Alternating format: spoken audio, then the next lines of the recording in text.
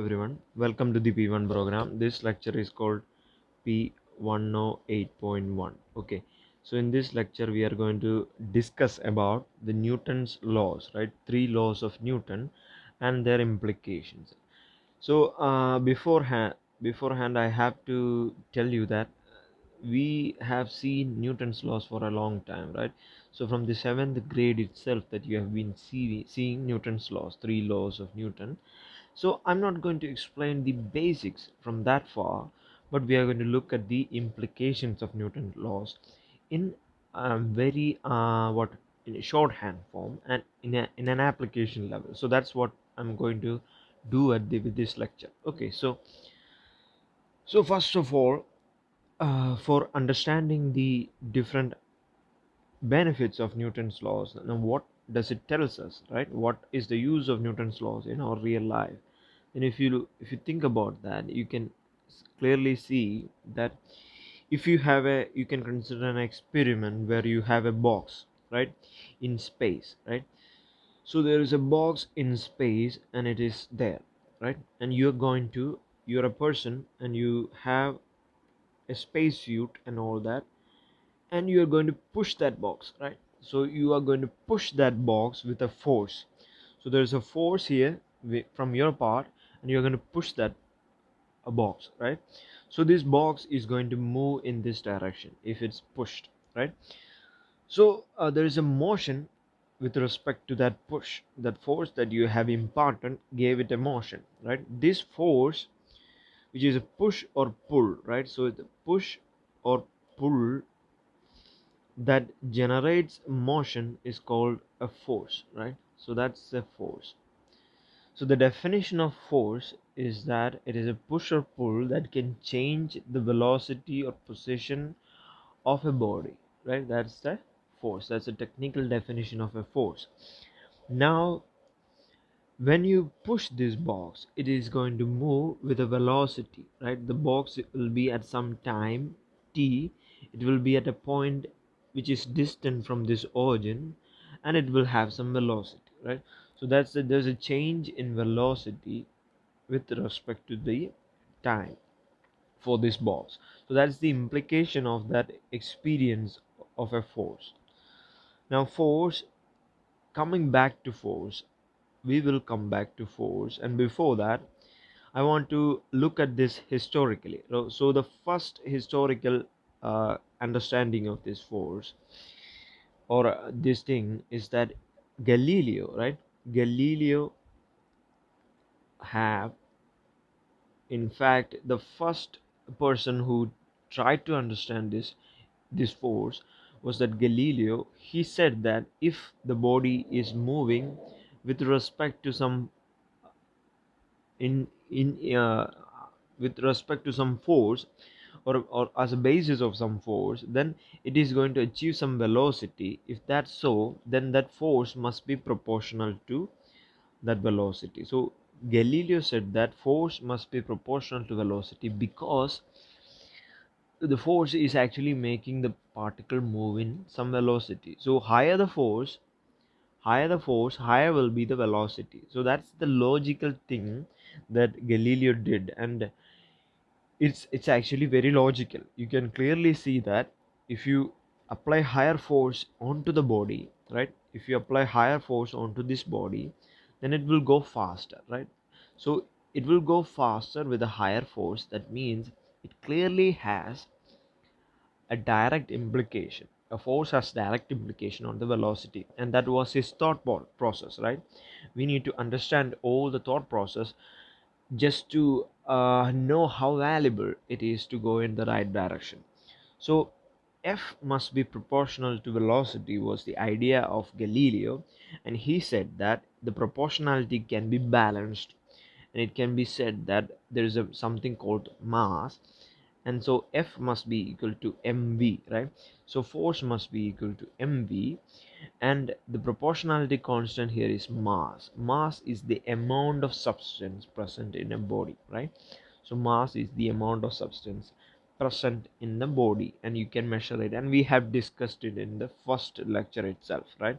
First part of the lecture. So the next person who came in the 16th century, he was born, and Galileo was 100 years earlier to his period, Newton, right? So Newton came in and proposed this idea is to be wrong, right? This idea of F is equal to mv is wrong. Because why is it wrong? Because why? How can you prove that it is equal to wrong? It is wrong. So you can say that F is proportional to uh, v is what Galileo proposed, right? So what is wrong with that thing is that if you are moving, right, with the mass, right, a body is moving under the influence of some force, and you have a velocity, right, you have a velocity and it is moving, right? So you move in this direction. After say a billion years, right, billion years, you'll find that body moving in the velocity, right, in the same velocity if possible, because it is in space. So you have to be little bit more imaginative here. So in space, when you impart a force, it will continue its state, which is a law, by the way, Newton's first law, which we will discuss right now. And before that, so if you go further and further, you can see that this body has to maintain this velocity in space, right? So if that's the case, then you can clearly see that if it has to have some velocity here, that means it has to have some force here, because force is proportional to velocity. So if the velocity, if there is some velocity here, then there must be some force here. So it is impossible for it to exist with some velocity without an existence of force, because force is directly proportional to velocity. Whatever the velocity there is, there must be a force, the proportional force acting on that body at each time to maintain that velocity, right? That's a big thing for you guys. That's a big breakthrough that Newton had found out, right? So it made it a revolutionary concept. So what corrections can you make to this equation to make sure that this doesn't violate this principle? So Newton came up with this idea. Newton said that Newton said that F must be proportional to not velocity but change in velocity, right? So it's delta v by delta t. That means, what does it mean is that if you have a box and you're applying force to it, so it doesn't give it velocity but change in velocity. So change in velocity after some time will be given to that body for some delta t, and the velocity will change to a new velocity, say v2. If it was v1, v1 plus delta v is equal to v2. So if that's the case, then we can clearly see that after some time it will end up with a new velocity, and that velocity, if it is not changing, there is not change in velocity in that case, then there is no force. That's the real case scenario, right? In a real world, that's what exactly happening, right? So there is, if there is no change in velocity, then there is no force. So that's more intuitive and more correct to the situations. So that's a basic thing that Newton did. And he said that, so he retained the value of the proportionality constant, which is the amount of substance present inside a body. So you said delta v by delta t. That's what Newton said. Now what you can get out of this is that these two are vectors, and so F must be equal to delta v by delta t is actually m times dv by dt for t tends to delta t tending to 0, limiting case or a generalized case. Or you can say F is equal to m times x double dot, right, x double dot, or F equal to m times a, acceleration. So force is equal to ma. This is the Newton's second law, and we will come back to this law, because I have to go this way, because this is historically correct. Okay, I have to be historically correct, and that's the reason why I went this direction. So now what is the implication is that Galileo thought that force was proportional to velocity. That means if a body has to be given some force, then it will move in this direction, and after some time you have to be constantly pushing on this body to keep it in the same velocity, right? In the same velocity, if it has to be maintained, then you have to give the force which is the same at all times, right? But in Newton's case, when you give a force, there is a change in velocity, you can call it delta v, and that change in velocity is retained even after the force is removed. So that's the direct purpose and idea behind these concepts, the different concepts. So I think you agree with me that even after 1 billion years, right, the force will be the same, the velocity will be the same, right, even without any actual force. That's the real case. Now that's right, there is the idea. And now what I'm going to give you is the first law. Okay, first law. So we have already said what the first law is, because what we have done is actually the first law. The first law says that every body continues in its state of rest or uniform motion unless impressed upon by it by an external unbalanced force, right? If a body has a velocity and it is moving in this direction, it will tend to move in this direction unless at some time point there is a force acting on this body in any direction, right?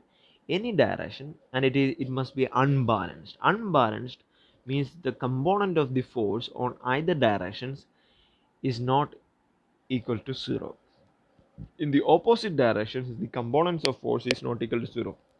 That means there is no cancellation of force, there is an actual force present, and if that force is there, then this body will change its velocity, right? So every body continues it in its state of rest or uniform motion unless compelled by an external unbalanced force impressed upon it. So you can clearly say that first law is telling us that it will remain the same if there is no interference of any force. So you can say first law gives you something called the inertia, right? So inertia is this tendency of a body to be in the same state even after a long time. So that's inertia. Now that's the first law, right? With the first law there comes some things, right? Inertia is there. Okay, let's see what else is there. So there is a mass, there's a mass of the body, and it is impressed upon by a force, and there's a velocity of this body. If force is higher, velocity will be higher, right? If force is smaller, velocity will be smaller, right? So that's the direct evidence of applying a force. Now you can see that for different mass it will be different. So if mass m1 and 2, you have two bodies m1 and m2, and you can clearly say that if m1 is greater than m2, right, for the same force you will experience different velocity, because the velocity for the same force, velocity of v1 will be smaller than v2, right? So because if it's a heavier mass, then the body will move in a smaller velocity. This is an experimental fact, right? So if that's the case, then there is some kind of quantity, right? Some quantity that is giving, that is taking in the force, right? Some quantity is absorbing the force and converting it into some physical factor that moves the body, right? So this body is maintaining its velocity, but the velocity is distributed based upon mass, right? So mass is dependent on this velocity. Now we can actually see that, so we have to make sure that the force has an instantaneous value, right? The force will have some instantaneous value on this distribution, right? The force will have something that is instantaneous right there. It is right there in within this body, but you cannot see it without measuring both mass and velocity, right? You have to measure both mass and velocity to understand the force's implication on a body. So you can clearly say that some part which is called the moment of force, right? Moment of force is called upon by P. So moment of force P is equal to m times v. So this is called the innate effect of force on a body, which is the moment of force or momentum you call it. This is a vector because velocity is a vector, right? This is called the moment of force. Now what is interesting about this is that you can derivate the differential of P with respect to T. That means you are finding the slope of P versus time graph, right? So if you find the slope of that, or you find the function, the time rate of change of momentum of a body, that's what it is. So after a body having some velocity, after some time, what will be its change in momentum, P or mv? So m1 v1, afterwards sometime t, what will it become? M2 v2, right? So the change in that must be equal to, you can take the differential derivative with respect to t on the other side, you get m dv by dt, so that is equal to ma, right? So this dp by dt is equal to ma, and this ma is the time rate of change of momentum, right? Time rate of change of momentum of a body is called the force. So this is called the Newton's second law, right? So the second law is says that, right? So you can understand this in this kind of a way. You have a body which is at rest and it has a mass, and you given a force, and it will achieve some velocity v2. So you can clearly see that force will be m times v2 minus 0, which is the velocity, by t2 minus, if it was t1 and t2, 2 times t2 minus t1. So that will be the force, right? The force will be the change in momentum. So it will be change in momentum with respect to the time. So it will be mv2 minus mv1, right, by t2 minus t1. That is force, right? So that's the change in momentum, p2 minus p1, right, by t2 minus t1. So that's a basic representation of momentum and force correlation, right?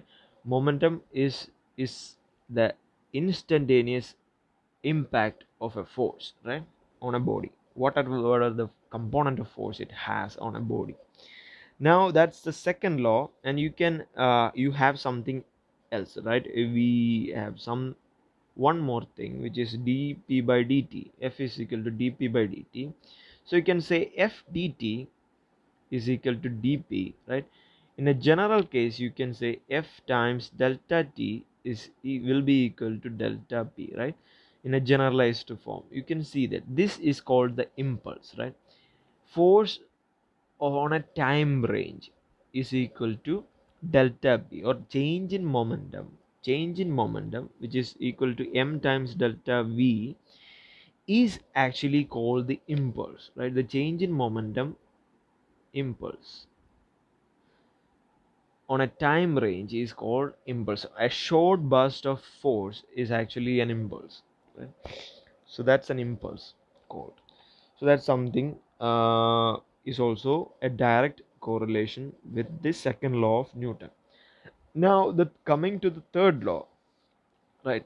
The third law says that if there is a mass m1 here, and you apply a force to it, and it will move with the force, right, with the momentum.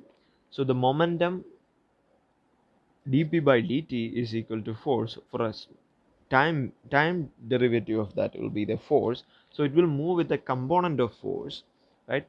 It will move with the component of force, but it is stored in as momentum, right? You have to measure mass and velocity to understand the momentum, and the change of momentum with respect to time gives you the force, right? So this is at rest initially, and it will move with the velocity v then, and it is going to hit another particle, right? So that's what is going to happen. So m2, right, some other mass, it is going to hit m2, and when it hits, the third law says that f1, right, this is f1, which is the force of first particle acting on the second particle, and F2, which is the second particle's response to it, right? So F2, which is the second particle's response to it in this direction, will be the same but in opposite direction, is what the third law says. F1 must be equal to minus of F2. Okay, why is this true? Is it logically correct to think of it this way? So maybe I'll convince you with a demonstration of a real life experiment. It is not a derivation, it's a demonstration. So you can see that two bodies moving with different velocities, or if it is m1 and m2 is going to m1, if m1 is going to collide with m2 and it is going to move, right, velocity. So m1 has the velocity v1 and m2 in the initial state, right, in the starting stage m2 was at rest, so v is equal to 0. Okay, v is equal to v1 and v is equal to 0 here. This is something before collision, right? So this is before collision. So before collision, these two bodies were sitting there, right, lying there, and it wasn't moving. The second one wasn't moving. So if that's the case, then we can say that the momentum before collision will be P1, which is equal to m1 v1 for the first particle, first mass, and P2, which is m2 v2 for the second particle, right, second mass. So this momentum is right there, right? This is the momentum. So the force imposed upon this body in the system, right? If you take this as a whole system, there is no other force than F, right? So if there is no other force, then F is equal to dp by dt, right? This dp by dt must be a constant, right? If there is no other force given to it other than the force I actually gave it to the first mass, then dp by dt, F is a constant, then dp by dt must be a constant, right? So if dp by dt is a constant, then p is not going to change, right? P is going to be the same afterwards. So p1 is the first body's momentum and p2 is the second body's momentum. Then you can say that p1 plus p2 before collision, this is the case of before collision, must be equal to a constant, right? Because there is no other force. Direct implication of Newton's second law, nothing more than that. So p1 plus p2 is a constant. This is called the momentum, conservation of momentum. So this is called conservation of momentum. So this principle is called the conservation of momentum. Momentum will always be conserved. If there is no, if you consider all the forces, if there is other forces, then momentum will be different, right? So this is a very natural result of what second law says. Now if that's the case, then this is before collision, right? This is before collision. What about after collision? So afterwards, it will, the body after hitting the second one, right, second mass, it will this thing, okay, imagine this, you have a marble, a marble, and you hit it with another marble of the same mass. What happens is that you can clearly see this marble, after hitting, this marble will go in this direction and this marble may be staying in that same direction, right? So this marble won't will transfer the whole force to the second marble and this second marble will start moving. So this marble will be at rest and this marble will be at motion, right? So this is something that you have seen in your real life. So imagine that. So if you transfer this force, right, the force onto the second body, so the possibilities here are this body can start moving, right, or this body can remain at rest. It cannot go into this direction, it cannot go because we have applied a force in this direction. So this body cannot come back after hitting it with a force, right? Experiencing a force, it cannot come back to its original state, so that is impossible. Or come back to the direction opposite to the direction of force, it cannot be, it is not possible. When you throw something, it won't come back just like that. unless there is some dynamics, like dynamics of air friction or something like that, which is forcing air, wind or something that force it in this direction. So if there is no other force, then it must go in that direction, right? So it must go in this direction, so it is not coming back. So the second body what can do, and first body, second body can go in this direction, or it can stay still, right? The first body, it can have different options, which is it can go in this direction after collision, or it can stay still, or it can come back in this direction, right? So that's a possible. After hitting it could come back, right? So that's the three possibilities. So after collision, the momentum will be m1 v1 dash, which is p1, I'm assuming it to be. So v1 will be the velocity. It could be in this, in the right side or left side, or it would be 0. It could be 0. Anything is possible. And p2 could be m2 times v2 dash, right? It will be changing. So that's velocity. That's the momentum. Okay, that's the momentum vector. Anyways, so what happens to after collision? So the momentum after is p1 plus p2 is equal to m1 v1 dash plus m2 v2 dash, right? So that's the momentum after collision. So I told you already, the momentum must be conserved. That means the momentum before collision must be equal to after, right? So you can say that v1 plus v2 before, which is m1, right there, m1 v1 plus m2 v2, right? m1 v1 plus m2 v2 must be equal to, so m1 v1 plus m2 v2 must be equal to m1 v1 dash plus m2 v2 dash, right? So that's the direct significance. Now I'm going to limit my case here. What I'm going to do is that I'm going to imagine that if a marble is hitting another marble, this marble comes to rest, and this marble gets some velocity and it will move. If it was in rest at the initial, before collision, right? Before collision this was at rest, and after collision this will become at rest. So if that's the case, then we can say that, okay, let's notch it up a little bit. This will be at rest, the initial part will be at rest after collision. So what you can say that is, the initial part, in the initial part m1 had some velocity but m2 had no velocity. Okay, so that must be equal to m1 v1 dash plus m2 v2 dash, right? So that's the case. So you can say that this is the case when initially v2 had no velocity, v2 is equal to 0. Now you can differentiate with respect to time, and you get dv1 by dt must be equal to m1 dv1 dash by dt must be equal plus m2 dv2 dash by dt, right? So that's a direct taking differential. So this says that m1 a1, which is the acceleration of the first before collision, m1 a1 dash, which is after collision, plus m2 a2 dash, which is also after collision. So the force will be imparted like this, right? Force will be imparted like this. Now if a1 was at rest, right, after collision, the first marble, the first box was at rest after collision, then you can say m1 a1 must be equal to m2 a2 dash. That means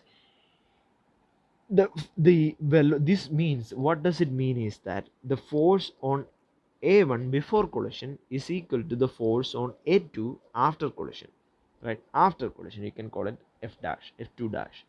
So this means that the force is completely transferred to the second body, right?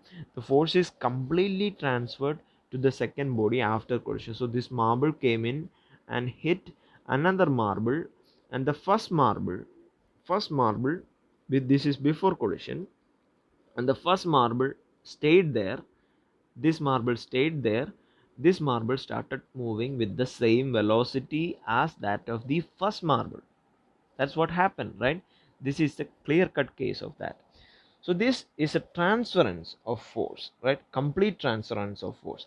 So why is it something that signifies the importance of third law? Well, it is because that if you can imagine this. So if you hit something with a force like this and you hit another thing, and this force is impacted onto this thing, and the first box came to a rest, right? This came to a rest, and the second body is moving with the velocity which is the same, okay, which is the same of as that of the first thing. So if that's the case, then we can clearly understand that in this part, in the collision part, where there is collision occurs, if you have to stop the body with the velocity and mass, then you have to apply some force which is F, right? So this force must be equal to the force it had to achieve this velocity and for this mass, right? So whatever that you have gave this mass to go in this velocity v must be the exactly what you have must have applied to stop this body to the velocity 0, right? So at the point of impact, or at the point of collision, you can clearly see that the mass when collide with the other mass will give the same force which is transferred across after collision, right? After collision, this force has to be given, exactly this force has to be given to stop, right? To stop this to a complete halt. So F must be equal to the response force, which is F of reaction force or response force. This is called the action force. So action force must be equal to the reaction force in magnitude but in opposite direction. So that's the understanding of idea of the third law of Newton. And this I have done all the best I could to explain everything in the most logical way, right? Most logical and most mathematically possible way. I hope you guys understood this. This is very important to understand things in much more detail and on the basic route. Now, this is not a derivation, this was a demonstration. Well, experimentally, if you check this, everybody in this world satisfies this equation, this condition of transference of force and action reaction pairs. So that's why this model of Newton and his laws are accurate, because it is experimentally verified. Okay, that's the final thing I need to say. Okay, so you can do one more thing which is called mass calibration. So in space, what is an issue is that there is no gravity, right? If there is no gravity, then you cannot measure the mass of a body, right? So what you can do is that you can use the second law of Newton, and you can say, if you know the mass of something, say 1 kilogram, and you apply a force onto it, and then you measure the the acceleration, right? So if you measure the acceleration, let's say 1 meter per second acceleration, you gave some force, and so you can calculate the force now, right? So force is equal to ma, which is 1 times 1, that is 1 newton.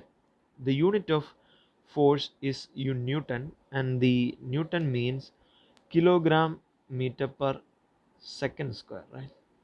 So second square, so that's called 1 newton. So now you know the exact force that you have applied, right? And you then let it collide with other body in space, right? Let it collide, and what happens is that you have to conserve momentum. That means the force has to be transferred completely.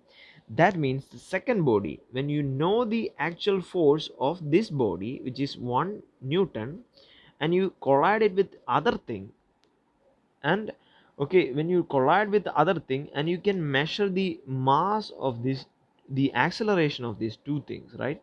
You can measure the acceleration or velocity of these two things after collision, right? After collision you can find the velocity, and you can use p1 is equal to p1 plus p2 must be equal to p1 dash plus p2 dash, right? You can use that, and you can find the mass of the second body, right? mass of the second body. And maybe you can do it simply. If you can calibrate the force to some quantity, say 1 newton, and you apply it on a body, and you find that there is an acceleration which is equal to 1 meter per second square, right? So 1 meter per second square was the acceleration, or 2 meter per second square. Then you can say that the force I have applied is 1 newton, but the mass times acceleration was 1 m times 2 meter per second. So mass is just 1 by 2 newton uh, per kilogram, sorry, per meter per second square. So that is 1 kilogram, right? So 1 kilogram, so that's the mass. So you can calculate the mass, and this method of calculating is called mass calibration. In spacecrafts you can measure mass only using this method, because um, not there are some advanced techniques to measure mass, but the basic thing that you can use upon our knowledge right now based upon this course is using this method. Okay, so I hope you enjoyed this lecture. This is very simple, and this is very broad and easy, and much more important than any other thing that you will ever see in physics. It is much more important than that, I'll say that. So I hope you enjoyed it, and have a very good day. Thank you, guys.